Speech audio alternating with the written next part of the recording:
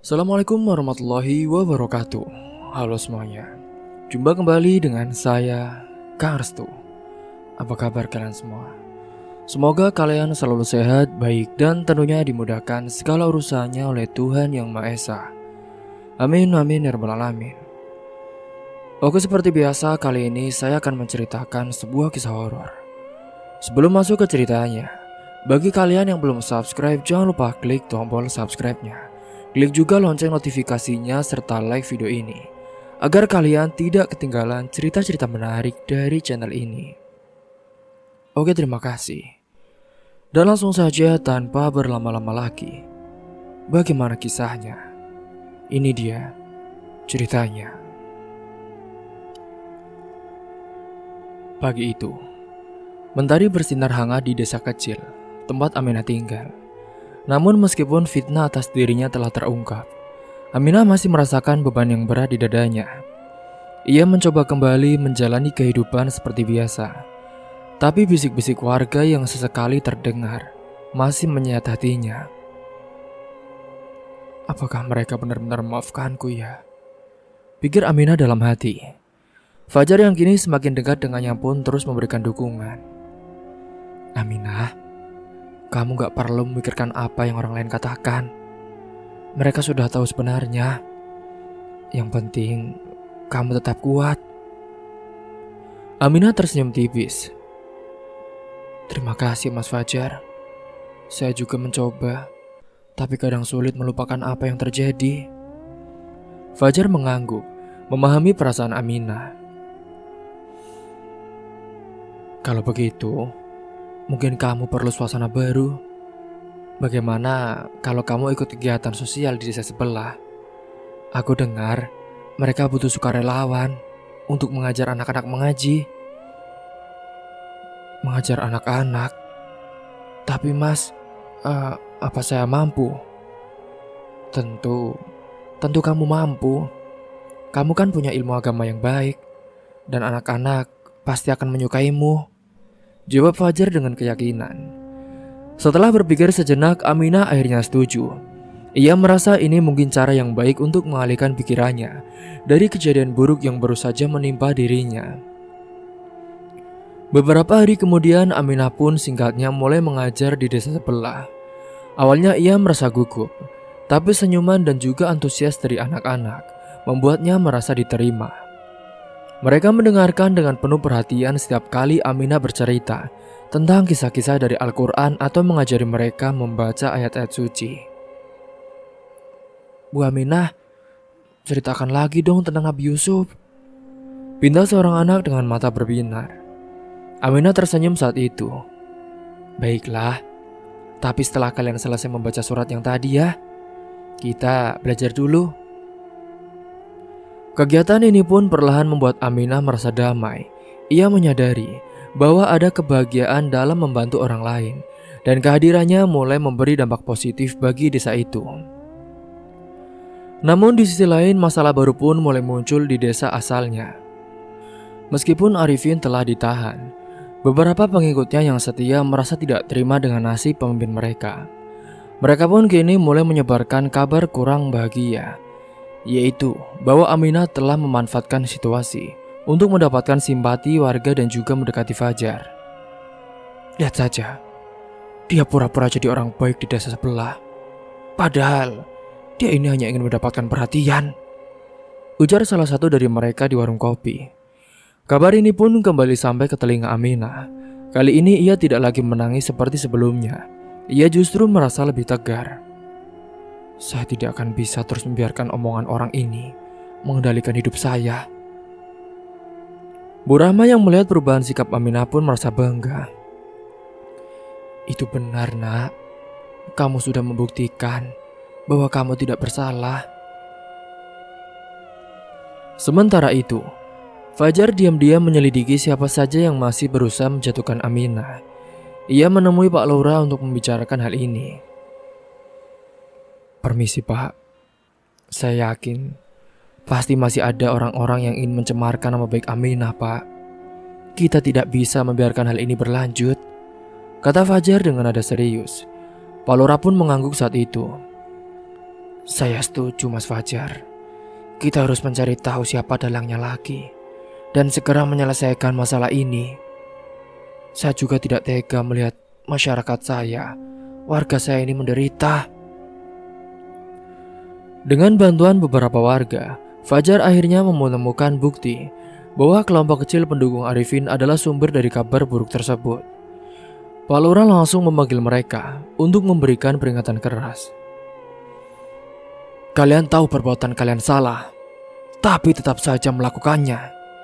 Jika ini terus berlanjut, kalian juga akan berurusan dengan hukum seperti Arifin, tegas Pak Lurah.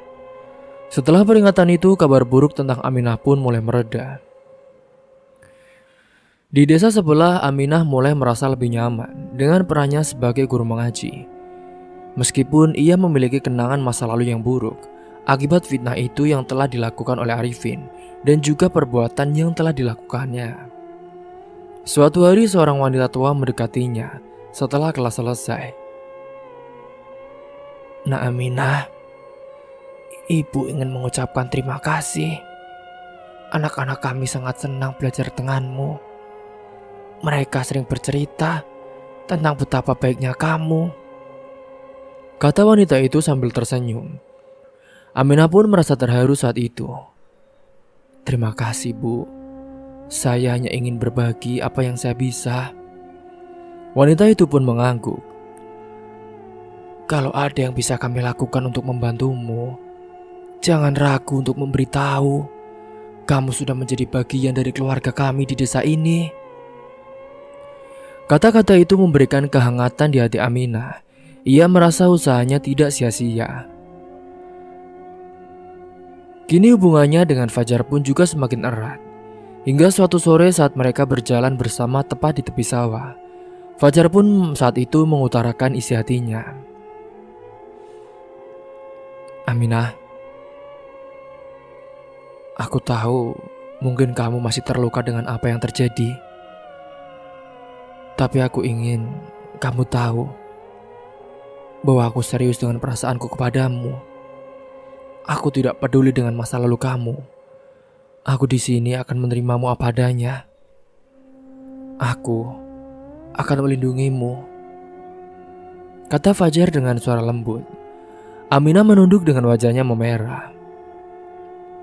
Mas Fajar, saya sangat menghargai perhatianmu, Mas. Tapi saya butuh waktu untuk memastikan hati saya siap menerima. Saya juga sebenarnya masih malu. Saya kotor, Mas, ucapnya dengan menangis. Fajar pun saat itu menjawab dengan tersenyum. Iya, aku akan menunggumu, Aminah. Yang penting kamu tahu bahwa aku selalu ada untukmu. Sudah, kamu jangan bersedih. Kata-kata Fajar memberikan ketenangan bagi Aminah. Ia mulai melihat masa depan yang lebih cerah, meskipun jalannya tidak selalu mulus. Dalam beberapa bulan, kehidupan Aminah pun mulai benar-benar berubah.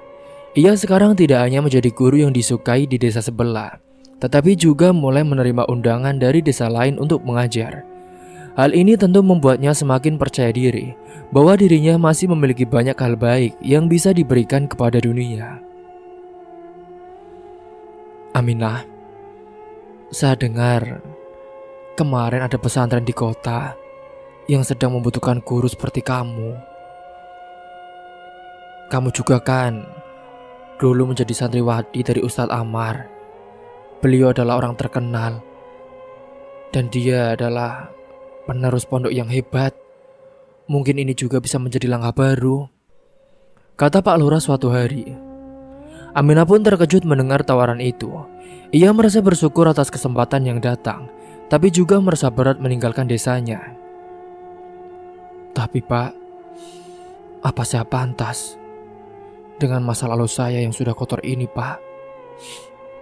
Saya sudah dinodai oleh orang-orang yang tak bertanggung jawab. Sudah, masa lalu biarkanlah menjadi masa lalu, kenangan buruk. Hidup itu kan terus berjalan ke depan, jadi kamu harus menatapnya dengan baik. Lupakan masa lalu dan tetap semangat untuk menggali masa depan. Singkatnya setelah berdiskusi dengan Fajar dan juga ibunya, Aminah pun memutuskan untuk mengambil tawaran dari Pak Lurah. Bu, saya dapat tawaran dari Pak Lurah, Bu. Katanya ada pondok pesantren di kota yang membutuhkan guru ngaji seperti aku, Bu. Nanti aku juga akan meminta izin dan meminta nasihatnya kepada Ustadz Amar. Iya nak, pergilah. Ibu yakin kamu akan membawa kebanggaan untuk keluarga kita. Aminah duduk di ruang tamu rumahnya saat itu, menatap kosong pada cangkir teh yang belum disentuh. Fajar duduk di sampingnya memberikan keheningan yang mendukung. Singkatnya, hari itu Aminah memutuskan untuk meminta nasihat dari Ustadz Amar terkait tawaran mengajar di pesantren yang ada di kota. Namun di balik niatnya, ia juga merasa ada beban yang mengganjal di hatinya. Mas Fajar, saya tidak yakin, Mas. Apakah saya pantas menerima tawaran ini? Ucap Aminah perlahan. Fajar menoleh ke arahnya. Kenapa tidak, Aminah? Kamu kan sudah menunjukkan bahwa kamu mampu mengajar dan bisa membawa manfaat bagi banyak orang. Tapi saya takut, Mas. Aib saya. Apa yang terjadi waktu itu? Kalau ada yang mengetahuinya di pesantren, kalau andainya ada wali murid yang mengetahuinya, bagaimana, Mas? Bagaimana kalau mereka malah merasa malu menerima saya? Fajar mengerti dengan apa yang dirasakan Aminah. Aminah, semua orang tahu kamu tidak bersalah. Kejadian itu juga bukan salahmu, kan? Sudah, jangan biarkan dosa orang lain menghentikan langkahmu untuk kebaikan. Allah tahu mana yang benar dan mana yang salah. Meskipun Fajar berusaha untuk memberikan pengertian kepada Aminah, keraguan Aminah pun tetap besar. Akhirnya kini mereka sepakat untuk menemui Ustadz Amar pada keesokan harinya. Singkatnya pada keesokan harinya, Aminah dan Fajar tiba di rumah Ustadz Amar yang sederhana namun asri. Ustadz Amar menyambut mereka dengan senyum ramah. Masya Allah, Aminah, Fajar, silakan masuk, kata Ustadz Amar sambil mempersilahkan mereka duduk. Setelah berbasa-basi sejenak, Aminah pun mulai menyampaikan kegelisahannya. Ustadz, saya datang untuk meminta nasihat, Ustadz. Saya mendapat tawaran mengajar di pesantren kota. Tapi saya bingung. Saya merasa tidak pantas, Ustadz. Ustadz Amar menatap Aminah dengan penuh perhatian. Nah Aminah, apa yang membuatmu merasa tidak pantas? Bukankah ini kesempatan baik untuk berbagi ilmu dan juga kebaikan? Aminah menunduk dengan air matanya mulai mengalir. Iya Ustadz, tapi saya malu. Karena kejadian itu saya merasa kotor. Saya takut jika aib saya terbongkar di pesantren, nama baik pesantren akan tercemar, Ustadz. Ustadz Amar menghela nafas saat itu. Aminah, kejadian yang menimpamu adalah ujian, bukan kesalahanmu. Allah Maha mengetahui kebenaran, dan orang-orang yang bijak akan melihatmu sebagai korban bukan pelaku. Allah juga masih memberikan keselamatan untuk dirimu. Alhamdulillah, kamu tidak hamil, ucapnya dengan lirih. Tapi Ustadz, bagaimana jika fitnah itu kembali muncul? Bagaimana jika orang-orang di pesantren tidak mau menerima saya? Kamu harus percaya pada rencana Allah. Jika pesantren itu adalah tempat yang tepat untuk dirimu, Allah akan melindungimu dari keburukan. Lagi pula, apa yang terjadi padamu bukanlah sesuatu yang harus kamu tanggung sendiri. Kita semua tahu kamu tidak bersalah. Fajar yang sejak tadi diam akhirnya pun berbicara. Iya Ustadz, saya juga yakin Aminah bisa memberikan banyak manfaat di pesantren itu. tapi saya juga mengerti ketakutannya. Bagaimana jika kami mendiskusikan ini dulu dengan pemimpin pesantren, agar semuanya jelas sejak awal? Ustadz Ammar pun mengangguk saat itu. Iya, itu ide yang bagus, Fajar. Aminah, jika kamu ingin, aku bisa menemanimu bertemu dengan pimpinan pesantren itu. Kita bisa bicarakan segalanya dengan jujur. Karena kan kejujuran adalah kunci untuk membangun kepercayaan. Aminah mengusap air matanya dan mengangguk dengan pelan. Iya Ustadz, saya akan mencobanya. Terima kasih ya Ustadz. Beberapa hari kemudian Aminah ditemani Fajar dan juga Ustadz Ammar, serta Pak Lurah pergi ke pesantren yang memberinya tawaran. Mereka disambut oleh pimpinan pesantren, yaitu seorang pria tua dengan wajah teduh bernama Kiai Mahfud. Masya Allah, selamat datang Aminah. Ustadz Ammar, monggo, silakan duduk, ujar Kiai Mahfud dengan senyum ramah. Setelah sedikit berbasa-basi, Ustadz Ammar mulai menjelaskan tujuan mereka. Ia pun dengan hati-hati menyampaikan bahwa Aminah ingin menerima tawaran tersebut, namun ada kekhawatiran terkait di masa lalunya. Kiai Mahfud mendengarkan dengan seksama saat itu. Ketika cerita tentang fitnah yang menimpa Aminah disampaikan, ia menghela nafas dengan panjang. Nah Aminah, apa yang terjadi padamu adalah sesuatu yang menyedihkan, tetapi bukan alasan untuk menutupi pintu kebaikan. Pesantren ini berdiri untuk membantu orang-orang yang ingin memperbaiki diri dan juga membawa manfaat bagi orang lain. Tapi Pak Kiai, bagaimana jika ada orang yang mengetahui aib saya dan menyebarkannya di sini? Aminah, pesantren ini adalah tempat perlindungan, bukan tempat penghakiman. Jika ada yang mencoba membawa fitnah ke sini, kami akan melindungimu. Ingatlah, setiap orang punya masa lalu, dan itu tidak menentukan masa depan mereka. Iya Aminah, kamu tenang saja. Aku akan selalu ada di samping kamu. Aku akan membelamu apapun yang terjadi, ucap Fajar yang menyambung ucapan dari Pak Kiai. Percakapan itu pun memberikan kelegaan besar bagi Aminah. Dengan dukungan dari Ustadz Ammar, Fajar dan juga Kiai Mahmud, Aminah akhirnya menerima tawaran untuk mengajar di pesantren tersebut. Hari pertama Aminah di pesantren pun berjalan penuh haru. Para santri menyambutnya dengan antusias, dan Aminah merasa dirinya benar-benar diterima. Bu Aminah, kami dengar ibu akan mengajar fikih ya bu? Kami sudah tidak sabar belajar dari ibu, kata seorang santri. Iya, ibu juga senang bisa berada di sini. Mari kita belajar bersama ya. Singkat cerita, hari-hari berlalu dan Aminah semakin merasa bahwa ia telah menemukan tempatnya. Kepercayaan dirinya perlahan kembali dan ia mulai melihat masa depannya dengan lebih optimis. Namun ia tahu bahwa perjalanan ini masih panjang. Fitnah yang pernah menimpanya mungkin tidak sepenuhnya terlupakan oleh dunia, tetapi ia telah belajar bahwa selama ia berjalan di jalan yang benar, Allah pasti akan selalu melindunginya. Fajar yang tetap setia mendukungnya pun kini semakin dekat dengannya. Ia tidak pernah memaksa Aminah untuk segera membuat keputusan tentang hubungan mereka, tetapi ia selalu ada ketika Aminah membutuhkan dukungan. Mas Fajar, terima kasih ya mas, karena sudah ada buat saya.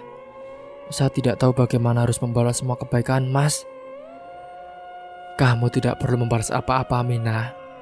Melihatmu bahagia kan adalah kebahagiaan terbesar untukku. Apalagi kamu calon istriku.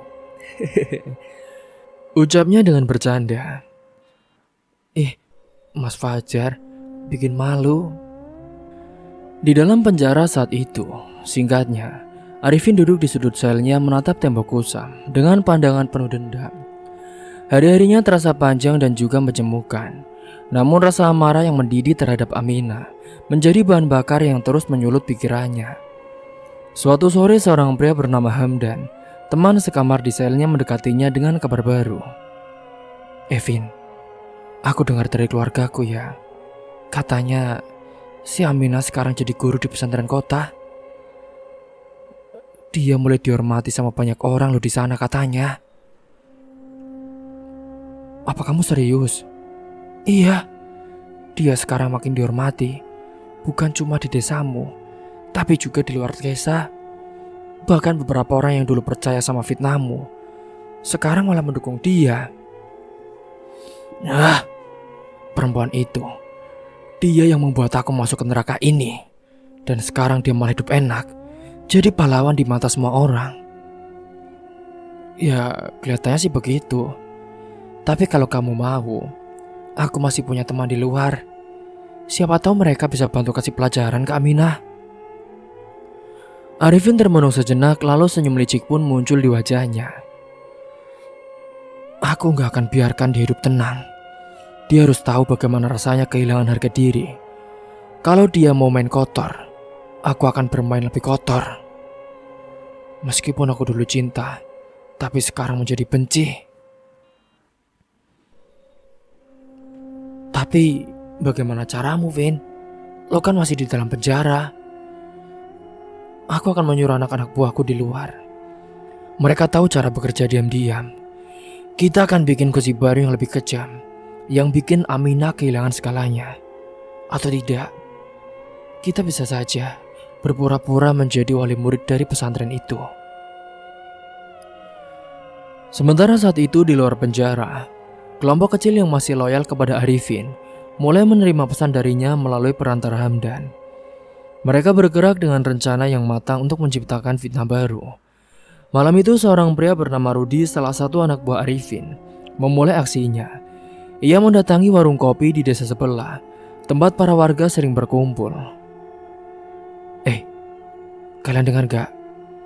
Si Aminah yang katanya guru di pesantren itu sebenarnya cuma cari muka. Ada kabar dia punya hubungan gak baik sama salah satu ustadz di sana.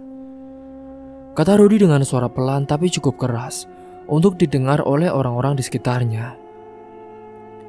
Warga yang mendengarnya pun mulai berbisik-bisik. Mas, itu serius mas? Kok bisa sih mas? Iya pak, bu, katanya sih begitu. Aku dengar-dengar dia dapat perlakuan khusus karena dekat dengan ustadz itu. Tapi ya itu masih cuma kabar burung bu, bukan resmi, masih simpang siur. Jawab Rudi pura-pura netral. Namun seperti api kecil di ladang kering, kabar itu pun dengan cepat menyebar. Beberapa minggu kemudian Aminah mulai merasakan perubahan di sekitar pesantren. Beberapa wali santri yang sebelumnya ramah mulai memandangnya dengan tatapan mencurigakan.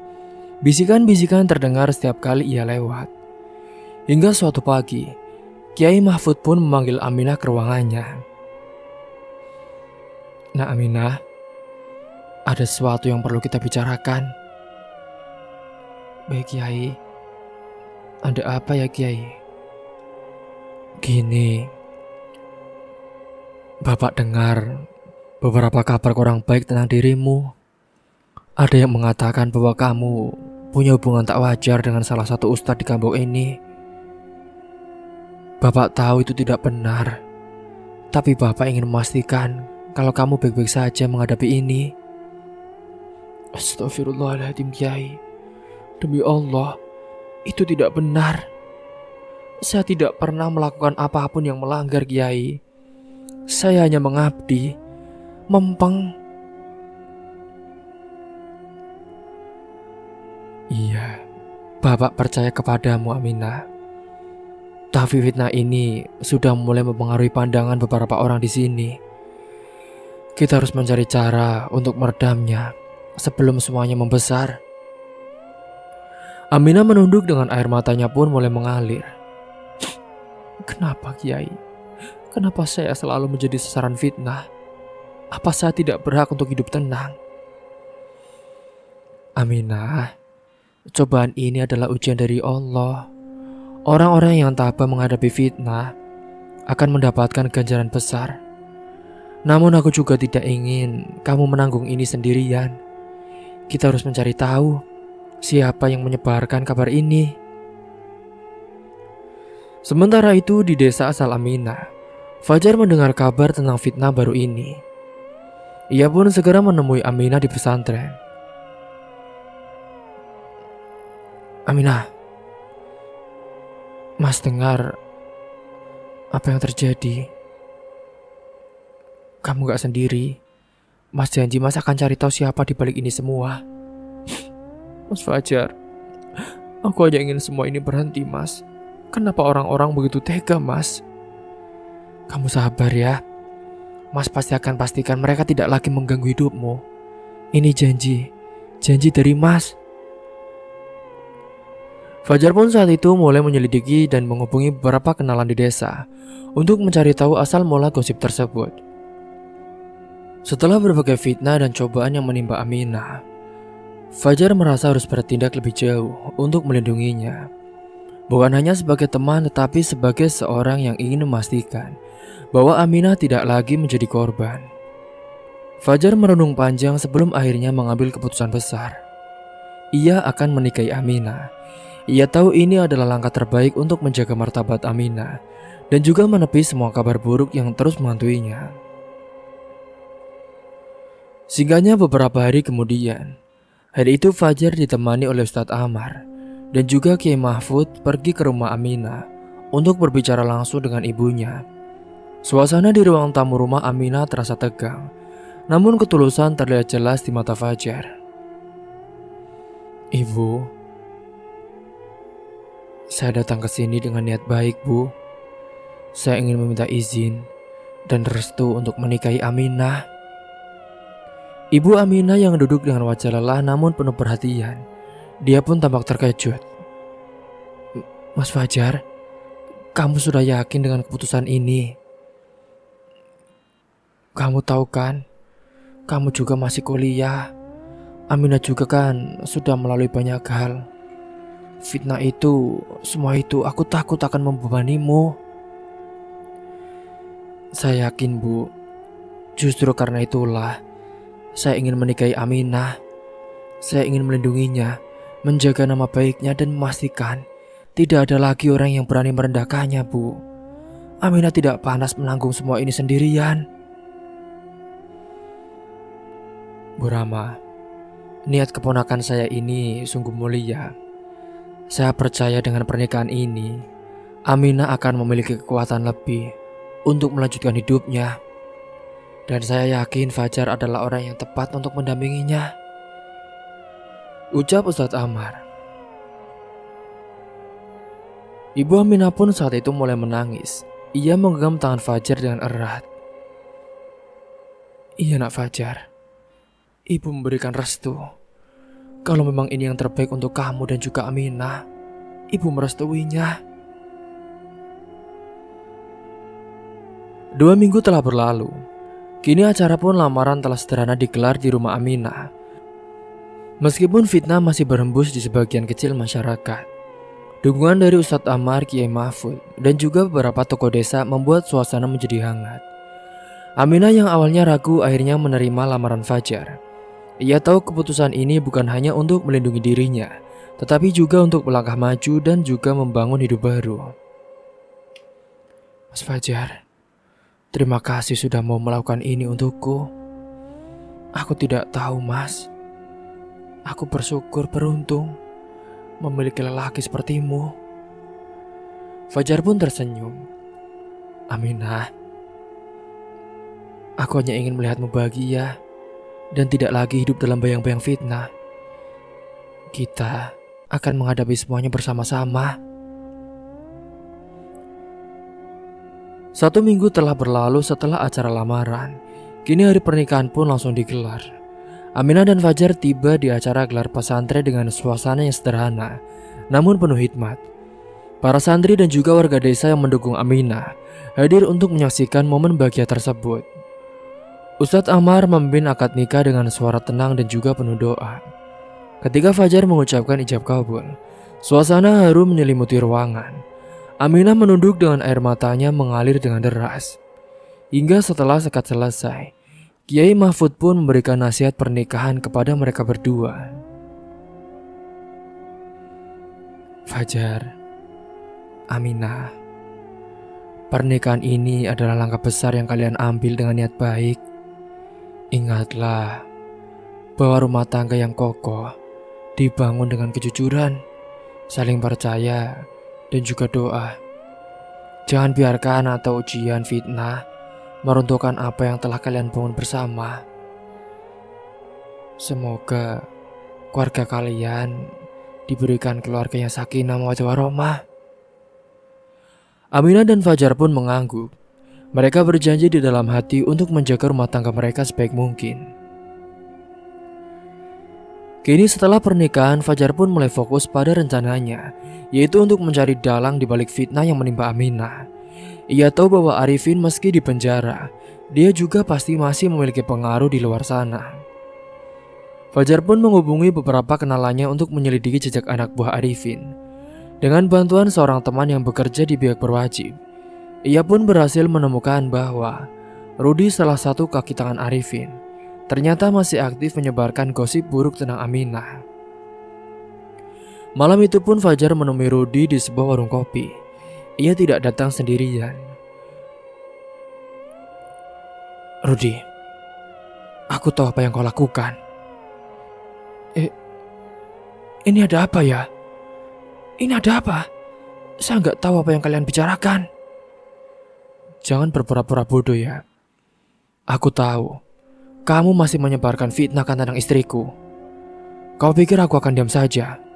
Sekarang tidak akan yang pernah bisa untuk mengganggu istriku lagi, karena Aminah sekarang sudah di dalam pelukanku." Beberapa orang yang ada di sekitar pun mulai memperhatikan percakapan itu. Salah satu dari mereka berkata, "Saudara Rudy, kalau memang benar kamu yang telah menyebarkan fitnah, kamu harus bertanggung jawab. Karena akibat dari fitnah kamu, nama baik pondok pesantren menjadi tercemar, dan kamu juga sudah mencemarkan nama baik Aminah. Kamu harus dihukum." "Tapi maafkan saya, Pak. Maafkan saya. Saya kan cuma menjalankan perintah." "Kamu tidak hanya mencemarkan nama baik Aminah ya, tapi kamu juga sudah menghancurkan hidupnya. Mulai sekarang aku tidak akan tinggal diam. Kamu harus merasakan apa yang dirasakan oleh bosmu, Arifin. Ayo ikut aku." Malam itu setelah Rudy mengaku kepada Fajar dan juga orang-orang yang ada di situ, dia pun memutuskan untuk menyerahkan Rudy ke pihak berwajib. Rudy yang merasa panik, ia sadar bahwa jika ia masuk penjara, maka hidupnya akan hancur. "Aku gak mau di penjara. Aku harus kabur," pikir Rudy dalam kepanikan. Saat Fajar dan juga beberapa menghubungi pihak kepolisian, Rudy tiba-tiba melarikan diri dari warung itu. Mau kemana kamu? Kejar!" Fajar dan beberapa pria segera mengejarnya. Rudy berlari sekuat tenaga melewati jalan-jalan kecil di desa. Malam yang gelap membuat pandangannya terbatas, tapi ia pun terus berlari tanpa memperhatikan sekeliling. Dalam kepanikannya itu, Rudy tidak menyadari bahwa ia berlari menuju jalan utama desa yang ramai dengan kendaraan. Di persimpangan, sebuah sepeda motor hendak berbelok. Rudy yang sedang berlari kencang pun tidak sempat menghindar dan menabrak motor itu dengan keras. Tubuh Rudy yang terpental ke tengah jalan.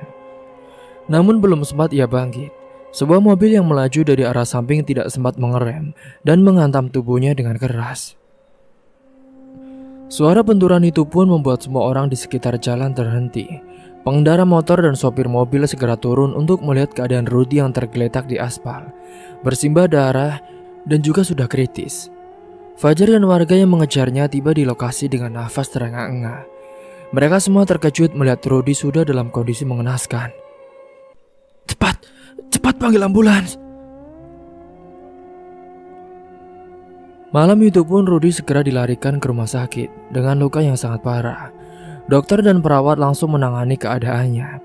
Namun kondisinya kritis. Kini tubuhnya mengalami cedera berat, termasuk patah tulang dan juga pendarahan internal.